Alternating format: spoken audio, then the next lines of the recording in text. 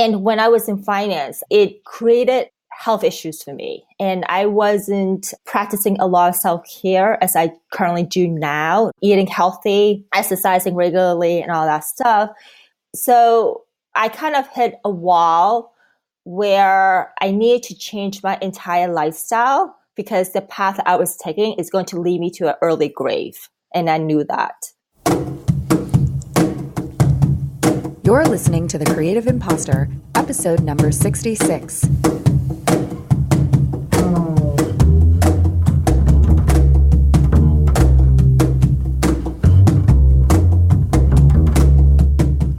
Welcome to The Creative Impostor. I'm Andrea Klunder, and today I am bringing you a long-awaited interview with Susan Chu. You may not even realize that you've been waiting for this interview, but you have. See, I actually interviewed Susan many months ago, soon after I met her, and we had some technical difficulties, but we powered through and we got the interview recorded. And then after the interview, she was like, I don't know how I feel about that interview. I feel like I didn't come across in the right way. And I said, no, it's fine. It's fine. The interview's great. Don't worry. And then a few months passed by, longer than I like to have between recording and posting, and I went to go work on Susan's episode, and it was gone. I couldn't find it. I couldn't find it on my hard drive. I couldn't find it in my Dropbox. I couldn't find it on a memory card. I had not a clue where her interview went, and I sheepishly reached back out to Susan and was like, I don't know where that interview went, and I felt horrible. And guess what?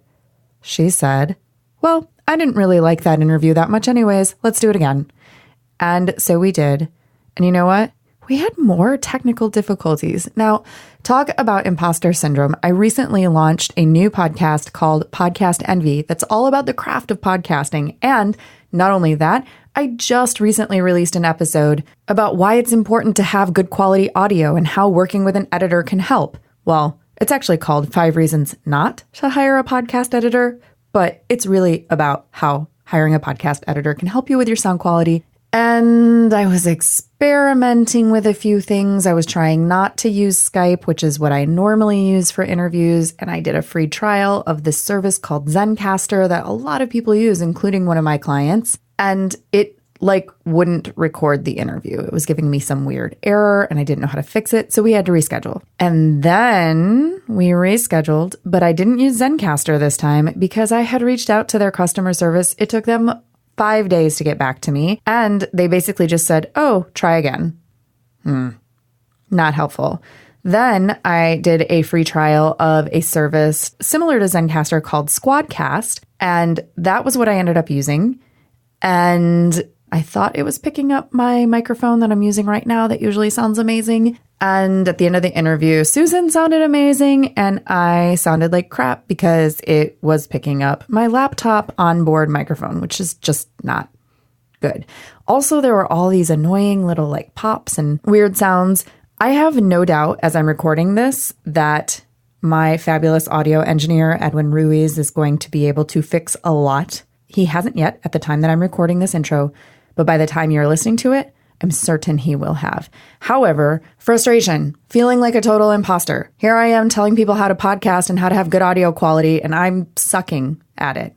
I don't know. All of this to say that I'm very grateful to Susan for giving it a second chance, and in fact, a third chance, and coming up with this interview because it's fantastic. So Susan is a holistic practitioner who works with crystals, Feng Shui, and something I had never heard of actually called Bazai to help people in manifesting their dreams and creating a life that feels more magical and aligned. And I love how Susan's approach is very practical in terms of using all of these somewhat woo-woo practices that you know I love. And I actually don't really know that much about crystals, so this conversation was really interesting to me, and I know you're going to find it super useful. We also talked about switching careers from corporate to entrepreneur. We talked about self-care and authenticity. Yeah, self-care is a topic that keeps coming up. And in fact, I wanted to let you know about an opportunity that is coming your way in May. I like how that rhymed. And that is going to be the Summer Self-Care Society. So some of you are in the Creative Impostor Facebook group already. Yay. And if you're not, please join. And you see me post our Chicago Women's Creative Collective meetup events, which typically happen in Chicago. And I know a lot of you are jealous and wishing that you were in Chicago so that you could come. Well, here is your opportunity. No, you do not need to fly to Chicago. I'm going to be hosting the Summer Self-Care Society online so that all of you can join.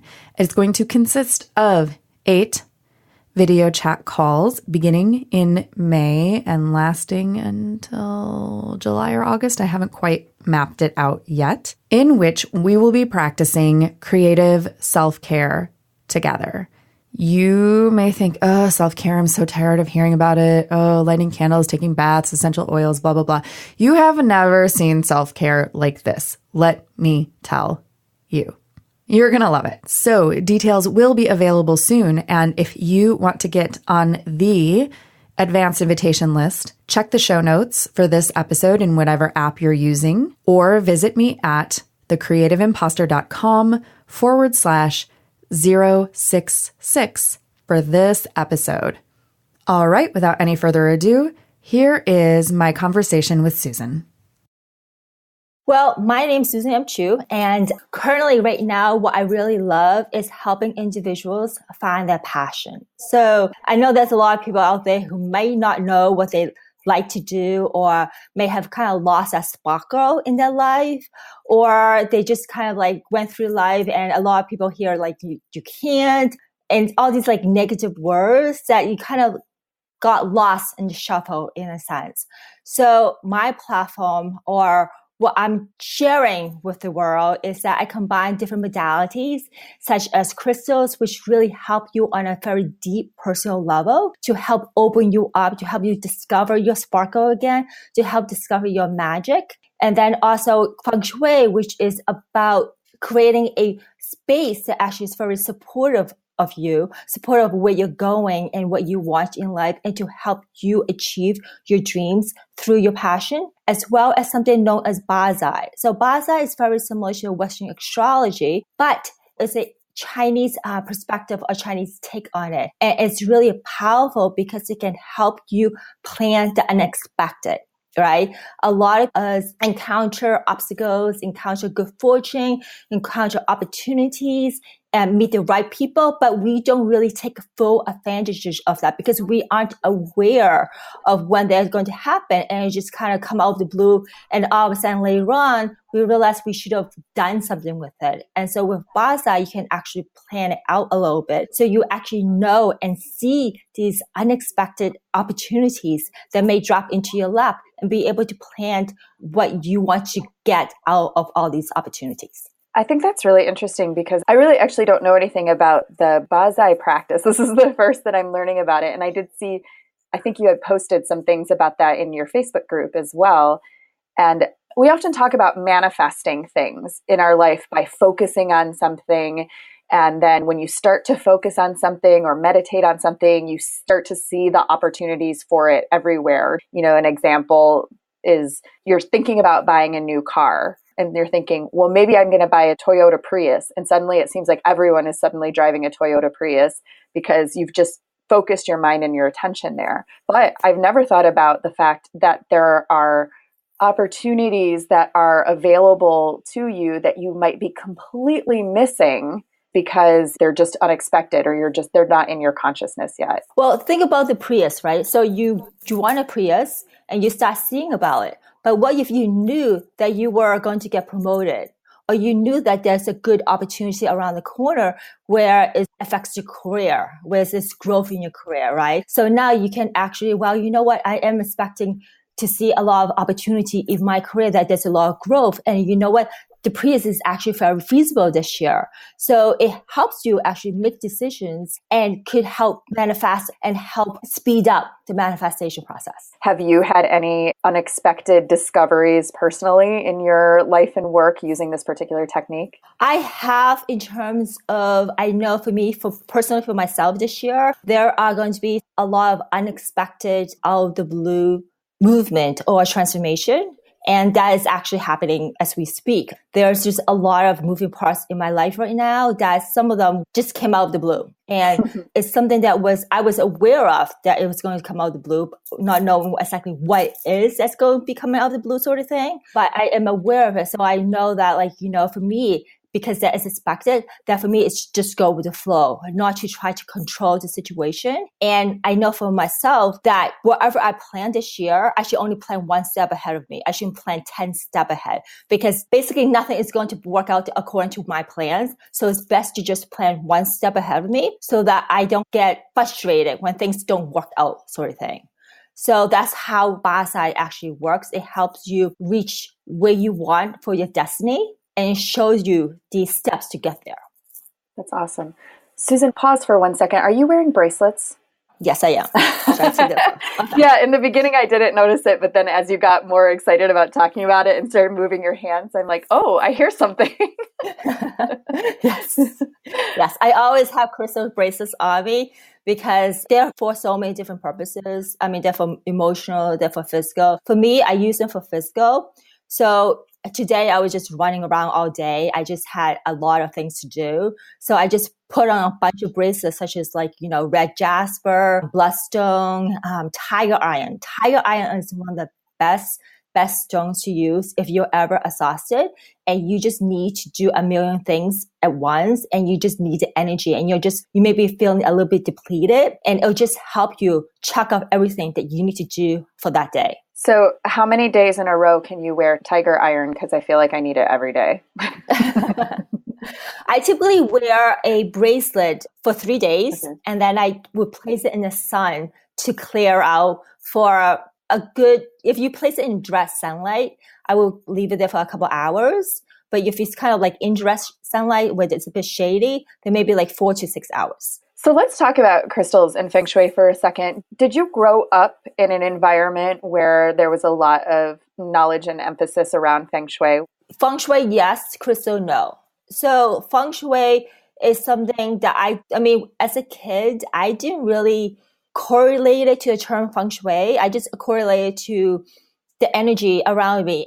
I just presume everybody felt it. Everybody felt energy around them. That was totally normal to move furniture around every 6 months. At some point, I have to say, my parents did tell me to just stop it because they just as they're trying to find stuff, it was just annoying for them to have to figure out where I put it, sort of thing. But I just felt that the energy just didn't feel right, or that it moves. Which energy does move. If you ever move into a house or even an apartment, I mean, it's good to just move the stuff around because you're just shuffling the energy around so that the energy doesn't remain stagnant in any one location.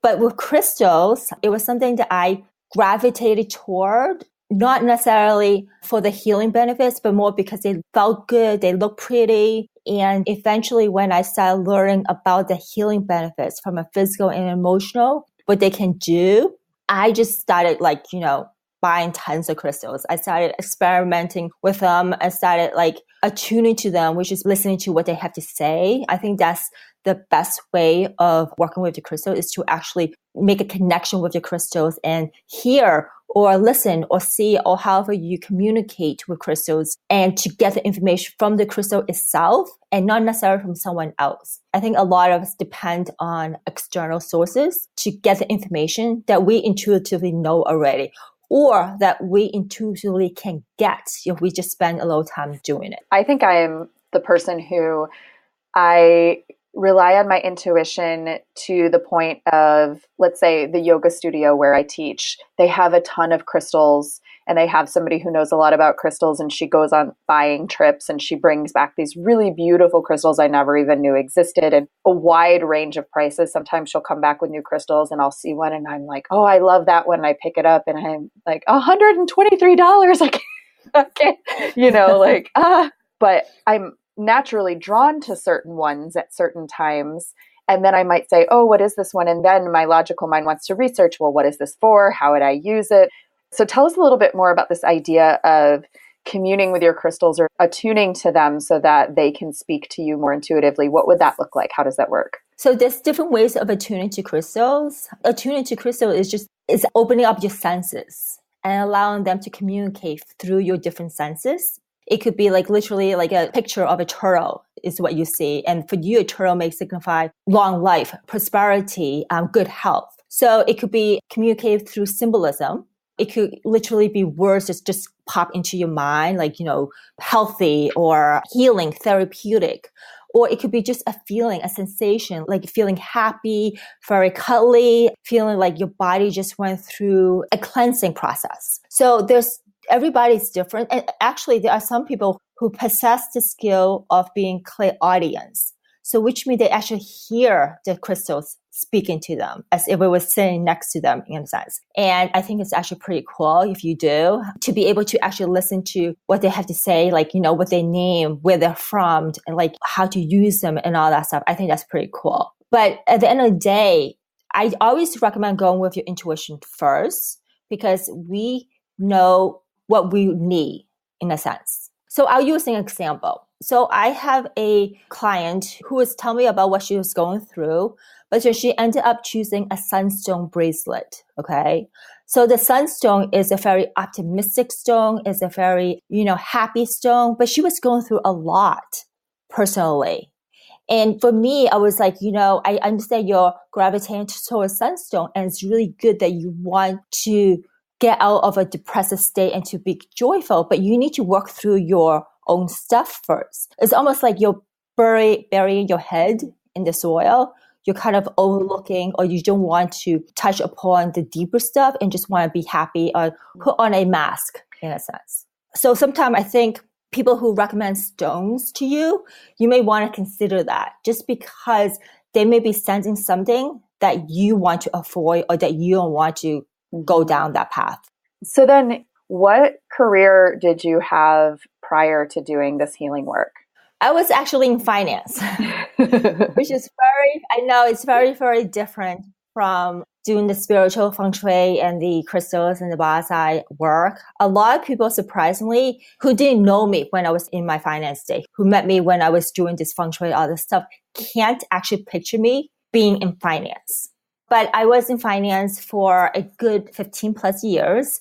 And I used Feng Shui in my personal life at that time. And it worked really well for me. I was able to manifest a lot in terms of creating a home that really support me in terms of where I was going in my life, and in terms of attracting opportunities and being, I think one of the things with Feng Shui, with Boston, with crystals, all three, is being able to be at the right place at the right time. I had walked into a job, got 2 job offers for the same company, but for different position. So I took the one that was more challenging. I hated it.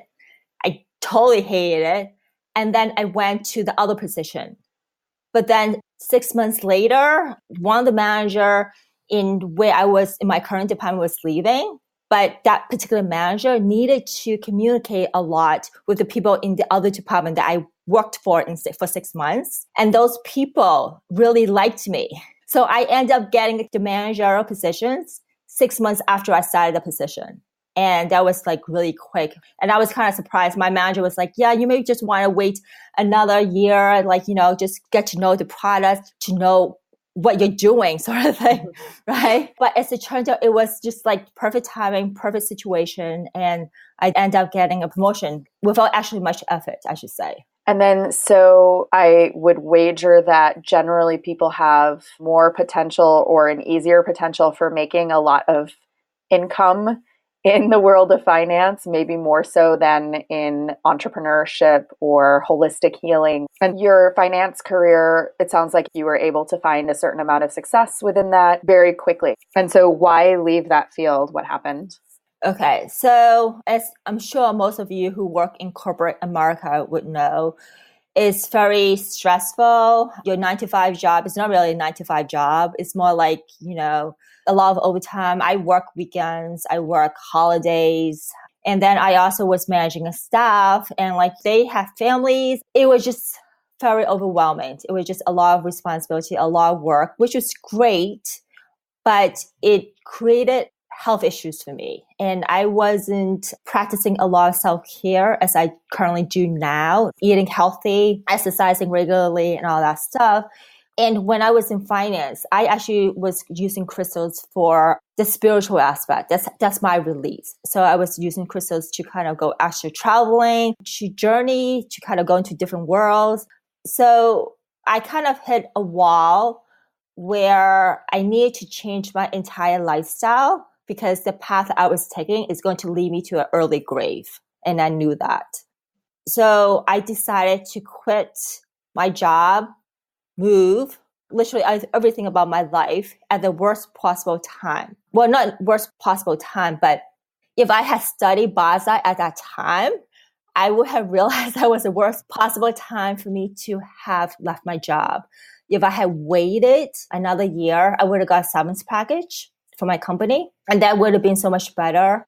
But at the time, I wasn't really into the Bonsai. I was into Feng Shui and crystal. And when I actually learned the Bonsai, it was kind of like the glue to everything because it just helped to be able for you to reach your goals in a more, I guess, practical manner in a way, although Bonsai is still very esoteric, but there's a practicality to it, planning each step along the way. And so how did you know what to do when you left that job? Like, did you know what your business was going to look like? Did you know that you were going to start your own business, or how did you make that transition? So in my last year in finance, when my health was turning south, I started doing Feng Shui and crystal healing as a part-time job. It was more of a hobby. It was a way for me to release, to help other people, but it was a way for me to kind of do something fun that I'm passionate about. And it wasn't until one of my mentors at the time who really pushed me to take a risk and just jump the boat in a sense. And for me, I knew I wanted to do something that was helpful to other people, that there's a direct impact and an impact that is very noticeable. And I also wanted to do something that I was passionate about. So I decided to open up my own practice doing Feng Shui and crystal work. So it was actually my mentor who actually kind of nudged me toward forward. I had thought of actually just taking some time off initially, spending 3 months and not doing anything, between quitting my job and starting my business. But my mentor was like, no, you need to keep with the momentum and just kind of plow forward. And I made some really good connections during those 3 months, I have to say. But yeah, part of me did wish I'd taken those 3 months off as well. So I know that one thing that I've seen on your website and in your messaging is talking about using crystals and Feng Shui and all these practices that you yourself use and that you want to share with your clients to help improve their lives. I hear you talking about what I call the inner creative imposter voice, but what you have the best word for it, the inner saboteur. I think every one of us, yes, we all self-sabotage ourselves, or we limit our own growth, or we stop ourselves. And a lot of time when we do that, we come up against our fears. And whenever I talk about fears with other people in terms of letting them go or working through them, the first thing that everybody's reaction was like, no, like, I'm comfortable with my fears. I know what they are. And no, I don't want to work with them at all.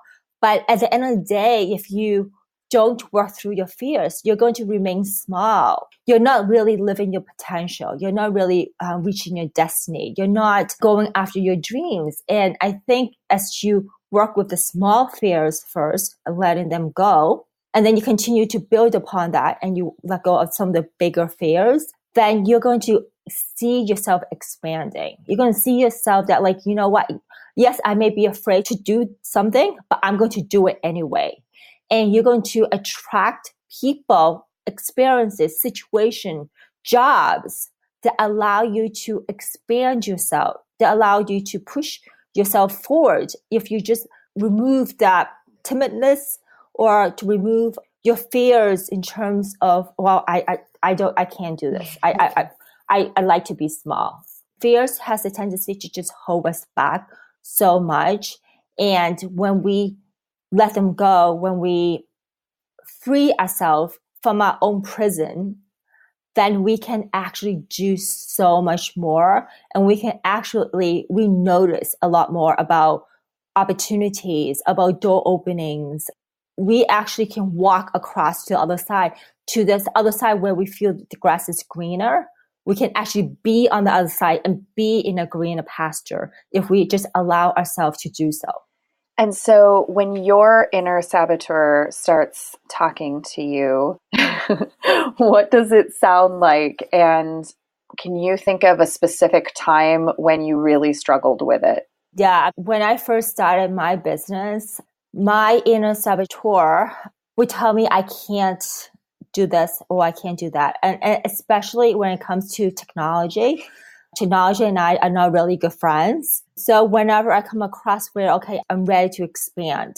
But then when I'm ready to expand, there's usually a lot of technical pieces behind the scene that's associated with it. And I would get blocks after blocks after blocks, which then at the end of the day, I'm limiting myself on growing my business. So I decided, like, at one point, I was just going to plow through my fears. And I actually started working with the hardest fears first, because I felt that if I could knock out some of the harder fears, then the easy one would be just like a breeze to knock out. And if I was able to knock out some of my harder fears, then the other harder fears is just easier to knock out as well. Can I ask you what some of those hard fears were? So my harder fears, so I have a fear of rats. I have to say I don't know where that came from, because I don't think I saw a rat until I moved to New York City. And that was probably in my 30s. So I cannot tell you where that fear came from, but I always had a fear of rats.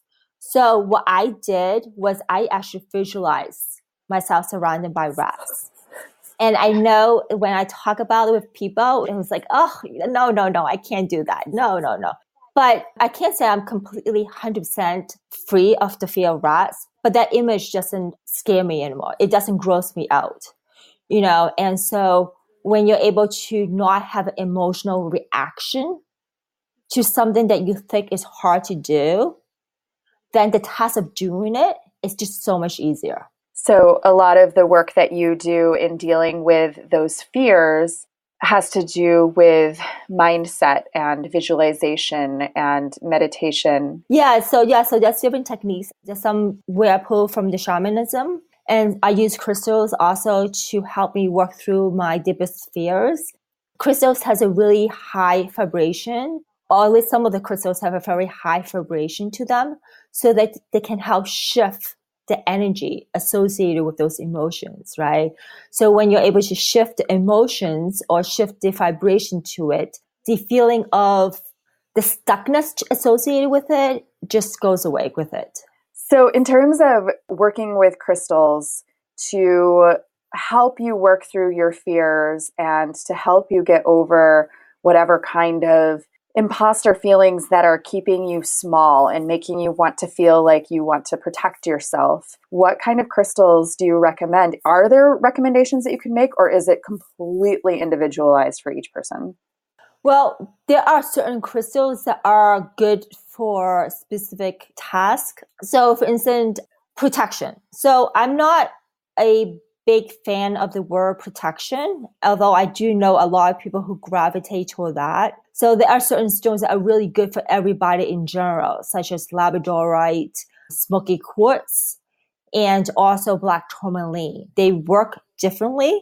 So like for instance, smoky quartz is a very good grounding stone. So if you have a tendency to take on a lot of people's energy and you have smoky quartz on you, what happens is your energy is pulled downward. So that energy that you picked up is pulled downward through your feet and then into the ground. So it's really good to carry away smoky quartz if you pick up a lot of energy. If you work in a toxic work environment, or you have a lot of people who tends to think badly of you or send you evil eye sort of thing, then labradorite is the best stone for that. That helps you put up kind of almost like a psychic shield around you so that you're not, as those people are saying bad things about you or talking behind your back, it doesn't stick. It kind of bounces off. Now, black tourmaline is a stone for someone who also takes on a lot of energy, who works in an environment that's not so positive.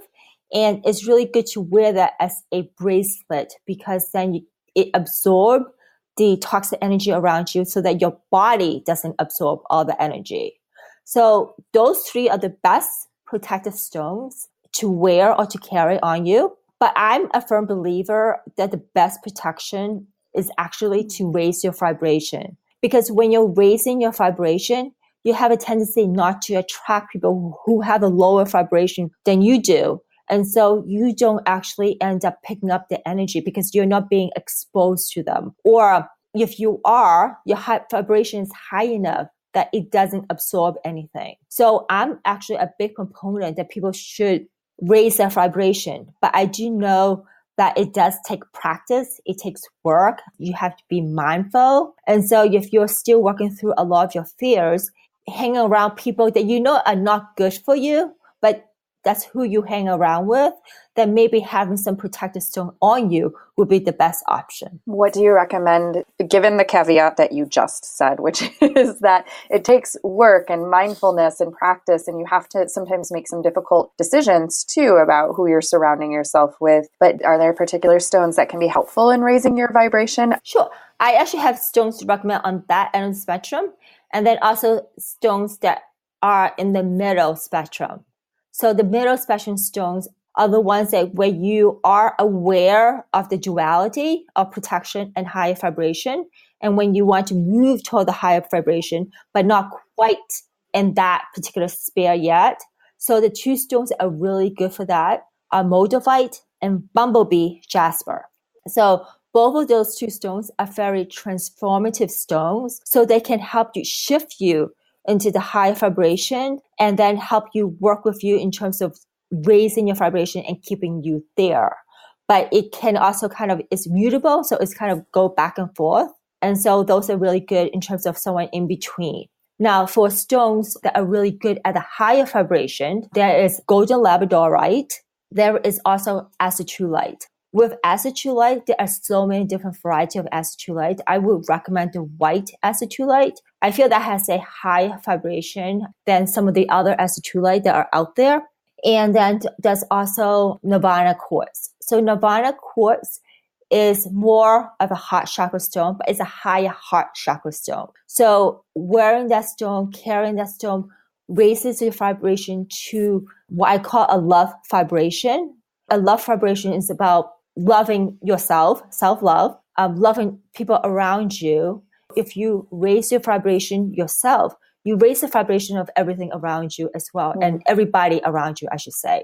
So then that is the best way of kind of shifting the consciousness of this world. So when you talk about taking on other people's energy, I know that you work a lot with other healers and people who are doing transformative work and coaching and holistic work. And in that circle, we talk about energy and vibration and taking on other people's energy and protecting yourself. But I don't think that that concept is necessarily that prevalent. Like, I don't think everyone knows what that means or how to know if you are sort of taking on other people's energies. Can you describe a little bit what that might feel like, or how would someone know that that's what's happening to them? So I'll use two examples. So let's just say you're having lunch with your friend and she's just having a very crappy month.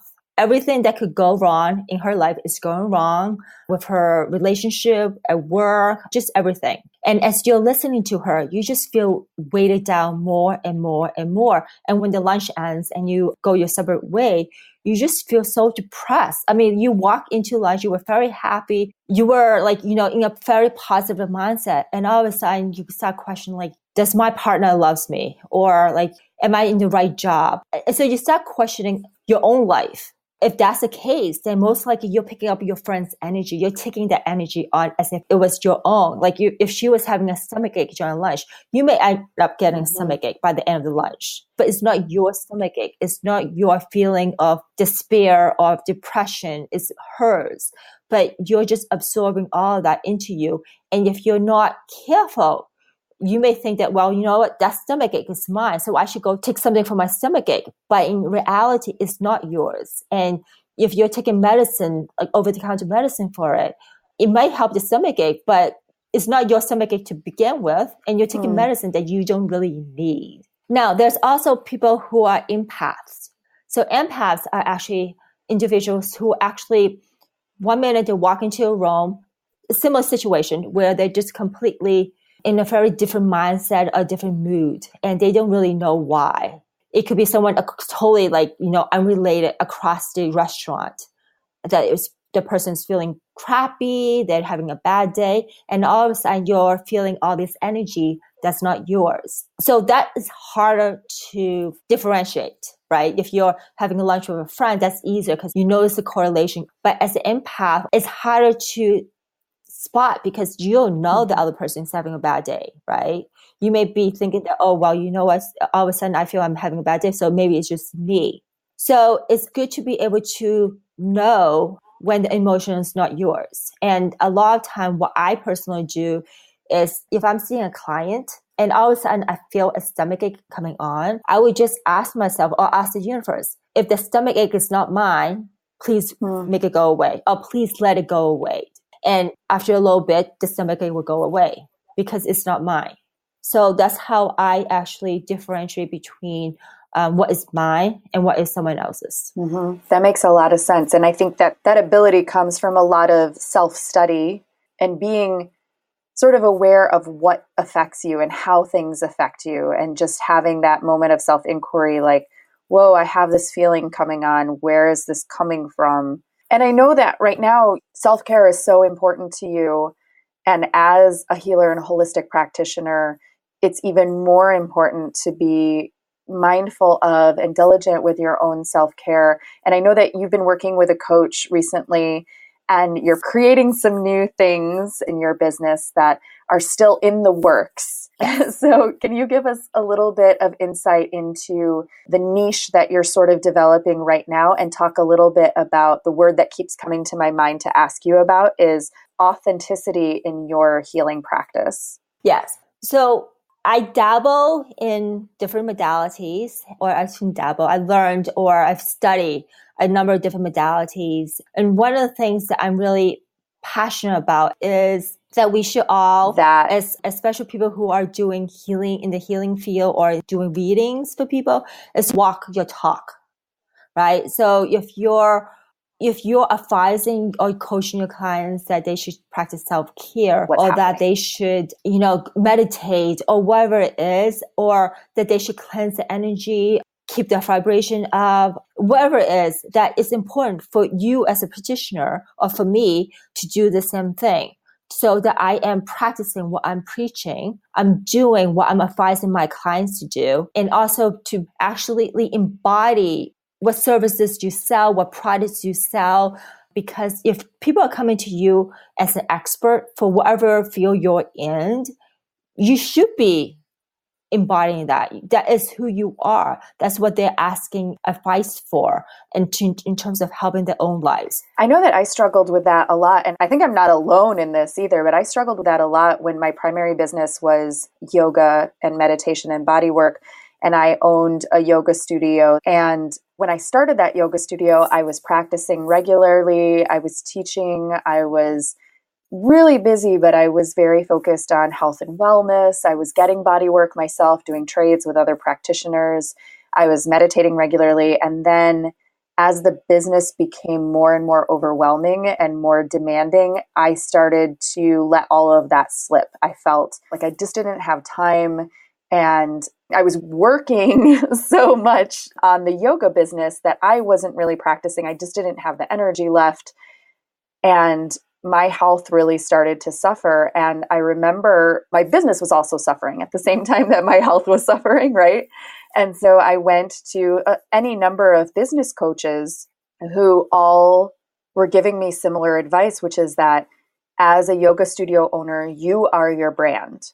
And if what you are selling to your clients is a healthy lifestyle, and you don't have that, if you're trying to sell them, better energy, and you don't have it, there's going to be like a disconnect. And people might not know what the disconnect is, but they'll feel it. They'll feel like something feels off, or I just don't feel quite comfortable, or I'm just not buying it, or they just won't come back, right? Or they won't have the experience that they're really seeking. And it's not that people were having a bad experience necessarily, but there was something out of alignment. And that was part of why that route was unsustainable for me. And not that holistic practitioners have to be perfect, or can't fall off the wagon every once in a while or make a mistake. But I think that it is really key and something that we don't always talk about and we don't always hold true to. Yeah, I mean, there's one thing I always recommend to my clients, regardless if they see me or they see someone else as a practitioner. If you're on this path from the client perspective of wanting to learn how to meditate or learn how to live a holistic lifestyle or to open up your crown chakra or to open up your heart or let go of fears or whatever it is, and you're learning this from mentors and teachers, they should be asking what are the teachers doing themselves to achieve that, because that's a good way for them to gauge how far they can go. Because if the teacher has not gone that far, the client itself is going to be blocked at a certain point, and they're not going to reach their destination or their potential. And also, as a client, you want to make sure your teacher was practicing what they're preaching. I mean, do you really want to take a class with someone who talks about that smoking is really bad for you and all that stuff, and you see her during like a class break sort of thing, and she's outside smoking a cigarette? Right? I mean, it's just, you have to, I think as spiritual or as healer path, that you have to walk your path. You have to take this seriously, because it's not, if you're doing this as a job, it's not just for fun. You're setting an example. Your action speaks louder than words. And if your actions don't match your words, a lot of people are actually, at the end of the day, eventually going to get turned off.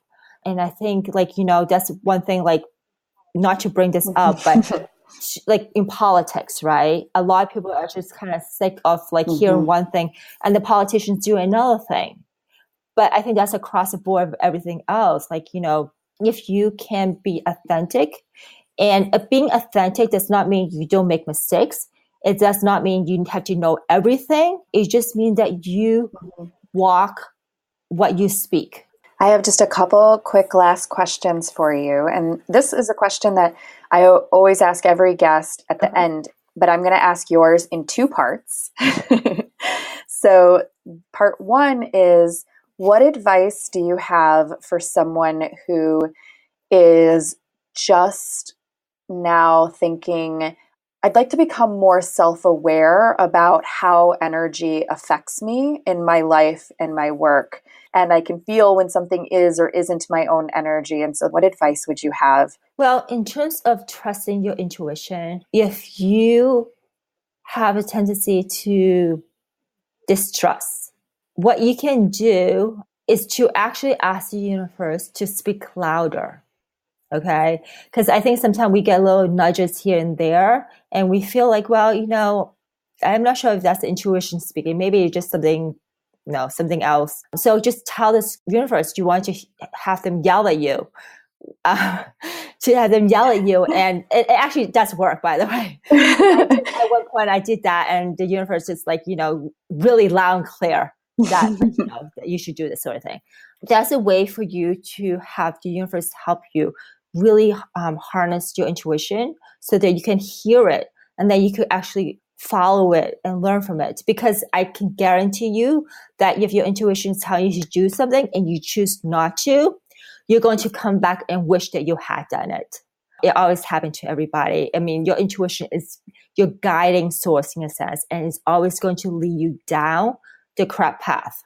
Now, if you hear your intuition telling you, you suck at this, you're not very good at this, that's not your intuition. That's most likely going to be your ego or your fears that are saying all these things to you. So your intuition typically is something that is very positive, and it's just going to try to nudge you. It's never going to tell you anything that is really bad or negative, because it wants to help push you forward, not push you backward.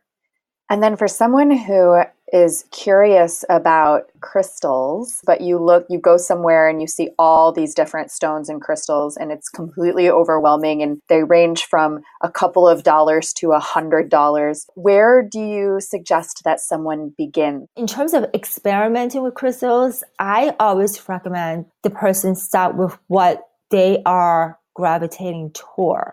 And I highly recommend the people when they walk into a crystal shop not to read any labels, not to read any of the signs or little piece of paper that tells you what the crystals are for or what they use for, etc. Just browse the stores and see what crystal you're gravitating toward, what crystals are calling out to you. There's usually maybe a handful. And what you can do is place that crystals, assuming it's not behind a case. You can place a crystal in your palm and see how it feels. Does it feel good? Does it feel heavy? What sensation did you get? A lot of people can sense the stone that they are meant to work with. I also recommend do not choose your favorite color. That's not really a good way of choosing a crystal. But crystals that you gravitating toward, that you are being pulled toward, those are the stones that you want to work with. And then once you start working with those stones, then go back and research them.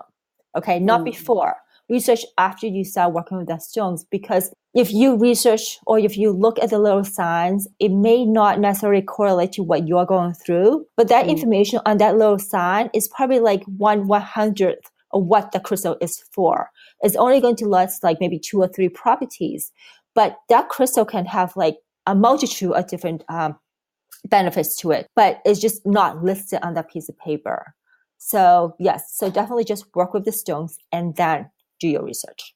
That is great advice. And last question, is there anything else that you want to say or share with our listeners that you didn't get a chance to say or that you feel like needs to be shared? Well, I mean, I think that everybody can live a very passionate, magical life as long as we kind of get out of our own way of getting there. So it's not a matter of like if it's possible or if it can happen to me sort of thing. We all can. So once you kind of let go and forget about controlling everything, then the possibility and the opportunities will come to you if you just kind of surrender. Of course, if you incorporate bonsai, the Feng Shui, and crystals, you can plan better for it. And you can also maybe reach what you may term as your destination a little bit quicker. That was Susan Chu, and you can find links to all things Susan Chu in the show notes for this episode in the app you're using or at thecreativeimpostor.com/066, including Susan's website, Susan M. Chu, that's CHU.com, where you can learn all about many things, including her new-ish crystal mentorship program. And I highly recommend, if you are someone who hasn't yet completely abandoned Facebook, her Facebook group is awesome. She does Facebook Live videos where I always learn so much. And that is the Crystals for Your Health Facebook group. And again, those are linked in the show notes for this episode, thecreativeimpostor.com/066. Also, if you want to hang out with me more and other wonderful creative not imposters, consider joining our Summer Self-Care Society, which will be kicking off in May. And if you want to get in on the action, please check the show notes for a link so that I can send you an invitation. This episode was mixed, thank God, by Edwin Ruiz of Mondo Machine. Our theme music is by Jovia Armstrong. I thank you so much for listening. And this week, I am wishing you all the opportunities to tune in to your own intuition and experiment with ways to raise